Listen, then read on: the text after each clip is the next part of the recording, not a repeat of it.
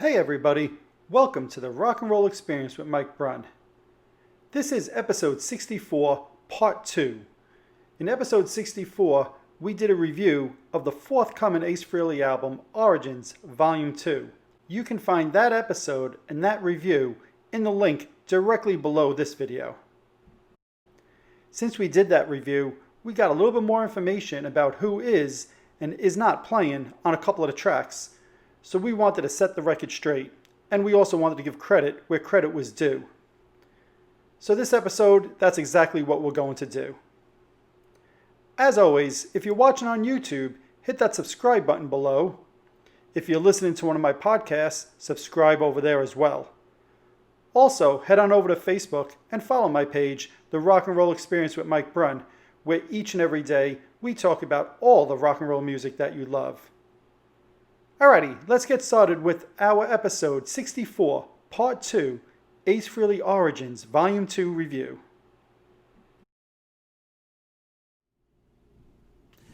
Hey everybody, welcome once again to the latest episode of the Rock and Roll Experience with Mike Brunn. With me today is my friend, or as I like to call him, my partner in crime, Mr. Vincent LaRussa. How you doing today, buddy? I'm doing well for a Monday. Excellent. I think this is like the 4th or 5th episode that we've recorded in the last week. Some of them are on the back burner. We're not telling people what those are yet, right? But we've actually released a couple of them in the last few weeks. So I've been talking to you an awful lot lately. How does that feel? For me, not so good. But no, we wanted to get back together. We chatted over the weekend and released our review about the Ace Frehley Origins 2 album that's coming out.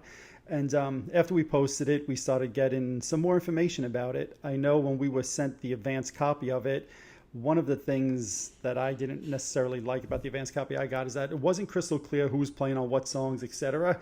And I was able to do some Google searches, find some information. There was some information that was given to us, but we got some new information about, in some cases, who is, and in other cases, who isn't on some of the albums. Right. So we just figured, let's revisit this. Let's set the record straight, and let's chat about it. So I think the first piece of information that we found out was on the opening track, Good Times, Bad Times, which we both said we loved, right? We loved the sound of it.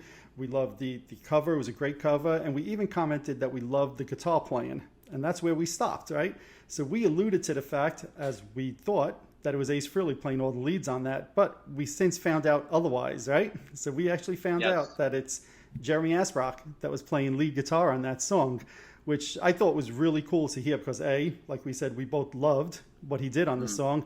B, I also think it's pretty cool to see that, hey, it's Ace's album, and the first song on the album, he actually gave the lead guitar duties to somebody else, albeit somebody in his band, right? But I think that's pretty cool. It says a lot to me about Ace and the lack of ego. I'm going to say that's probably there because it's like, it's the first song. Jeremy did it great. Let him do it. And so I thought that was cool. And I know you really liked it as well. So, any thoughts now that we just found out that it's Jeremy on that song? Well, to add to what you said, the fact that Ace allowed that or welcomed that idea, whatever, just also shows how he feels about Jeremy as a player.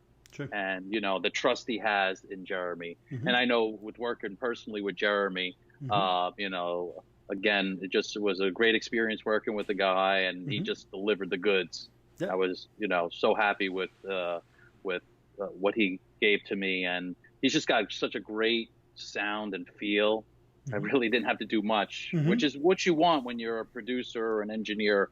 And, I kind of, I remember when we originally talked about it, how I made this connection with Jimmy Page and Ace Frehley, thinking this was kind of in Ace's kind of wheelhouse, so to speak. So obviously it was in Jeremy's wheelhouse. Absolutely. And, he absolutely nailed it. And, I think that's awesome that Ace was willing to give it, to Jeremy right out of the gate. Right. And, now, I just have to bring up one thing. You said as a producer, that's one of the things you like, blah, blah, blah. Just for point of clarification, you did not produce the Ace Frehley album. I did not. Not this time. Maybe the next one. Are you available if Ace does call and wants you to produce the album? Yes, I am. Okay, just to know, 'cause I know. As long of a shot that is, yes, I am Okay. available. And we're Yeah, joking about this because somebody actually did comment on one of the spots where the video was posted. Hey, did Vincent LaRusso produce the album? And while I'm sure you'd love to have been the producer, obviously that's not the case. But you do produce your own music, and like you said, you did yeah, work with Jeremy, or Jeremy yeah, worked with you, I'll say, on one of your yeah. songs. So, Right. no, I think that's really cool. So that was one of the things we found out of somebody who was on a song that Yeah, we didn't know about. The other thing we found out as well was that, and I just assumed this quite honestly, that Matt yeah, Starr is actually not playing drums on every song of yeah. the album, which is not a Right. big deal in and of itself at all. I felt the need to bring it up because you did, during our conversation, talk about the drum sound and the production on the drums. So it was interesting to know now that there's at least multiple drummers on the album, which goes right to what you were saying. It wasn't about the playing necessarily, it was about the production of that drum Yeah. sound that you just, for your ears, you didn't love. So yeah, so we just felt we wanted to kind of bring that up. I don't think for either one of us it changes anything about the record, but you know, when we do these things and we do these kind of reviews, we like to be as accurate and give the proper information wherever possible. And since this information came to us after the fact, we were like, hey, let's jump on, let's talk about it for a few minutes, let's clear it up so that this way we don't mislead anybody. So I'm hoping when the album comes out that they have that kind of information, because I always dig that. I think it's fun, especially when Yeah, you have all different guest stars like this on the yeah. album. You'd like to know who's playing drums on each song, who's playing bass on each song. So, you know, I'm hoping that they make that crystal clear when the album comes out. I totally agree. Yeah. And the album does come out, for anybody who doesn't know, September 18th. You know, I would strongly advise, like we said last time, pick it up. I still think it's far better than Volume 1. I went back, thought about some of those songs on Volume 1 after our chat, and my opinion still stands. So, Yeah. And just a note, I noticed that Amazon dropped the price $3. I oh, think really? it's $26.99 now for the Okay. Blue Swirl, they're calling it. So Okay. those who you can pre-order it on Amazon. Okay. Last I checked, it was $26.99.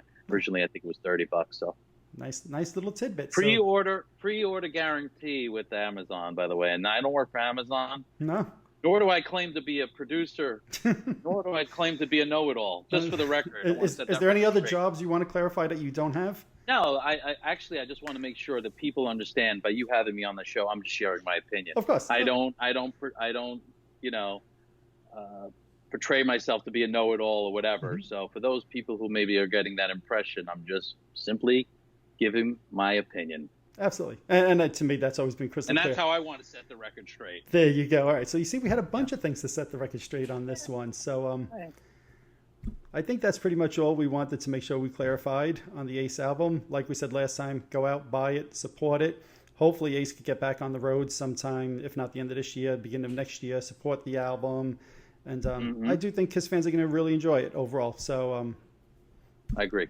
you know, go check out our episode. I think it's episode 64, which was Origins Volume 2 review. Go check that out, right? So we'll call this one 64 episodes. episode Wow. 64. And you know what? I've got a few exciting ones coming this week that I'm not going to say yet who they are, but a couple of big names. One in the Kiss camp and one outside of the Kiss camp. But That's a good one. I know that one. yeah, I know you know the one outside of the Kiss camp that I'm chatting with tomorrow, but I think the one inside the Kiss camp will get you even more excited.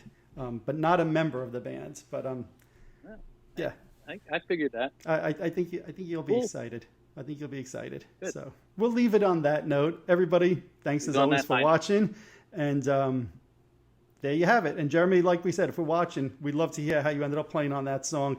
Or if we're, God forbid, if we're wrong, we'll have to do an addendum to the addendum, and then you'll let us know.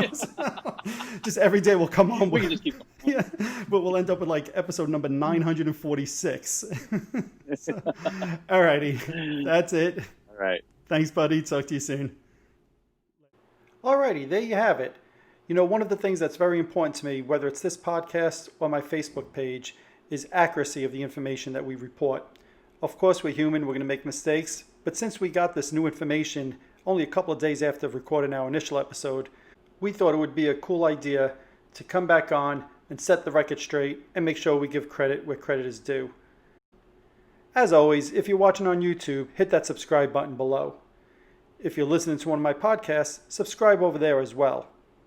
Also, you can head on over to Facebook and follow my page, The Rock and Roll Experience with Mike Brunn, where each and every day we talk about all the rock and roll music that you love.